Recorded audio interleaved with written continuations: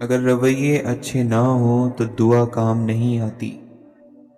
جب سچی محبت اللہ تعالیٰ کے لیے انسان کے دل میں پیدا ہوتی ہے تب بندے کو اللہ سے ملاقات کا شوق ہو جاتا ہے۔ جس شخص میں عاجزی ہے رب تعالیٰ اسے مخلوق میں باعزت کر دیتا ہے۔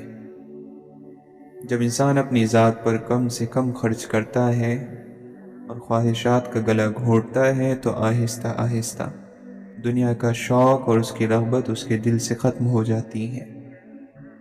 یہ اللہ کی نعمتوں کی شکر گزاری کا بہترین طریقہ ہے کہ ضرورتوں سے زیادہ مال اللہ کے بندوں پر کھلے دل سے خرچ کر دیا جائے۔ برے کے جواب میں اچھا سلوک کرنا آپ صلی اللہ علیہ وسلم کی سنت ہے۔ دوسروں کی صرف اچھائیوں پر نظر رکھنے سے اپنی ذات کی کمی اور خامیاں دکھائی دینے لگتی ہیں۔ دوستی کا اچھا اور بہتر معیار یہ ہے کہ کبھی کسی دوست کو اپنی ضرورت کے ظاہر کرنے کے لیے منہ کھولنے کی نوبت نہ آئے۔ اللہ کے نیک بندوں سے ملتے رہنے والا بندہ خود سے نیکی کی طرف چل پڑتا ہے۔ حکمت اور عقل مندی سیکھنے کے لیے بڑے لوگوں میں موجود خصوصیتوں کو بھی دیکھنا چاہیے، ایسی خصوصیتیں جنہوں نے انہیں بڑا آدمی بنا دیا۔ دنیا میں سب سے زیادہ آل اولاد والی جو چیز ہے اس کا نام خواہش ہے۔ پرہیزگاری اور تقوی انسان کو روحانیت کی طرف اور روحانیت انسان کو رب کے قریب لے جاتی ہے، اور پھر انسان رب کی دوستی کے دائرے میں شامل ہونے لگتا ہے۔ اللہ کا بندہ ہمیں سبق دیتا ہے کہ کوئی ہمارے ساتھ کتنا ہی برا سلوک کیوں نہ کرے اسے دل میں برا نہ سمجھے۔ جب تک ہم کسی کو بڑا نہیں سمجھیں گے اور اسے بڑا نہیں مانیں گے تب تک اس شخص سے ہم علم حاصل نہیں کر سکتے۔ کم بولنے سے گلے شکوے اور جھگڑے کم ہوتے ہیں۔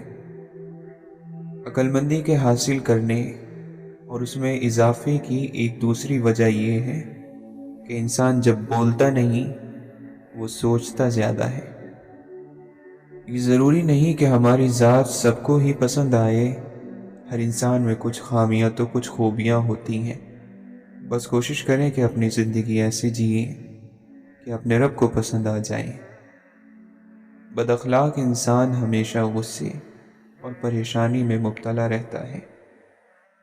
ہر کوئی اس دنیا میں مسافر ہے، یہ نہ سوچو کہ لوگ کیا کہیں گے۔ لوگ بھی مسافر ہیں، یہ بھی چلے جائیں گے۔ جتنا برائی سے بچ سکتے ہو بچو، جتنا اچھا کر سکتے ہو کرو۔ شک کو اپنے اوپر غالب اور حاوی مت ہونے دو، ورنہ دنیا میں تمہیں کوئی ہمدرد نہیں مل سکے گا۔ انسان کا نور قرآن ہے، یہ انسان کے دل کے ہر مرض کی دوا ہے، اسی میں سکون ہے، اسی میں شفا ہے۔ اللہ تعالیٰ نے اپنے ذکر کے علاوہ کسی چیز میں سکون نہیں رکھا۔ سب عارضی ہے، سب کھوکھلا ہے۔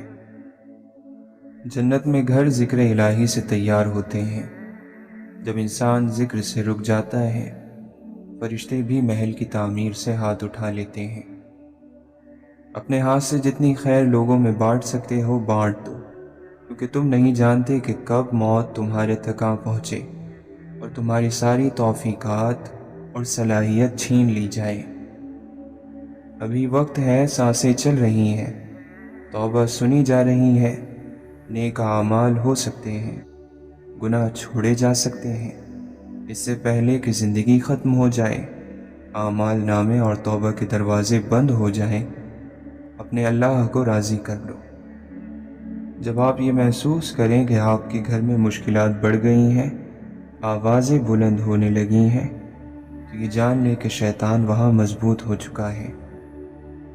آہستہ آہستہ اس حقیقت کو قبول کرنا کہ زندگی ہمیشہ ہماری مرضی کے مطابق نہیں چلتی، کیونکہ ہوتا وہی ہے جو منظور خدا ہوتا ہے۔ اس لیے اللہ کی رضا میں راضی رہنا سیکھو۔ بے شک اللہ کے ہر فیصلے میں کوئی نہ کوئی مصلحت چھپی ہوتی ہے۔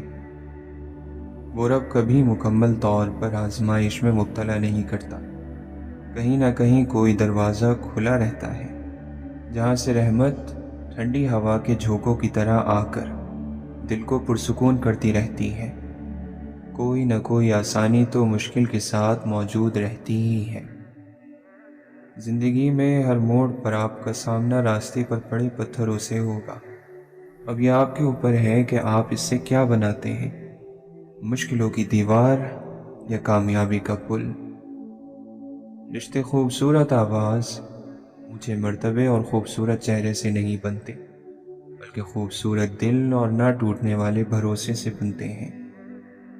صحبت ان کی اختیار کریں جن کے درمیان گناہ کرتے ہوئے شرم آئے، اور ایسے لوگوں سے پرہیز کریں جن کے درمیان رہ کر نیکی کرتے ہوئے شرمندگی محسوس ہو۔ نیکی کیا ہے؟ نیکی وہ اچھا عمل ہے جس پر تم کسی سے اپنی تعریف کی خواہش مند نہ ہو۔ اچھا کھاتے ہو، اچھا پیتے ہو، اچھا پہنتے ہو، بیماری سے پاک ہو، کسی کی ضرورت مند نہیں، شکر کی پھر بھی کمی ہے۔ ہر رشتہ کہیں نہ کہیں مان توڑ دیتا ہے، اور ہر تعلق کبھی نہ کبھی بھرم کھو دیتا ہے۔ یہ صرف اللہ کی ذات ہے کہ جس کا آسرا ہمیشہ قائم رہتا ہے۔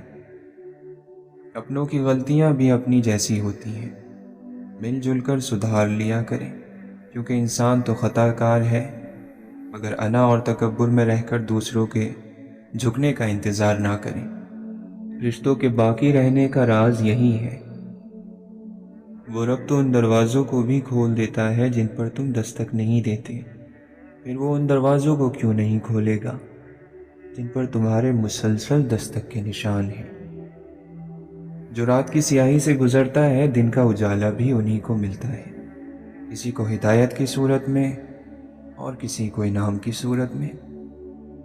اسی طرح نیک لوگ وہ نہیں جو دودھ سے دھلے ہیں، بلکہ وہ جن کو بار بار خود کو پانی سے دھونا پڑتا ہے، توبہ اور شرمندگی کے پانی سے۔ اور اگر کوئی بار بار کسی کو معاف کر کے دوسرا موقع دینے کا ظرف رکھتا ہے تو اللہ تعالی ہے، کیونکہ وہ رحیم ہے۔ خوشی ہے وہ مٹھاس جو ہمیں زندگی میں چاہیے۔ خوشی ایک زندگی کا طریقہ ہے، خوشی ایک عادت ہے زندگی گزارنے کا طریقہ۔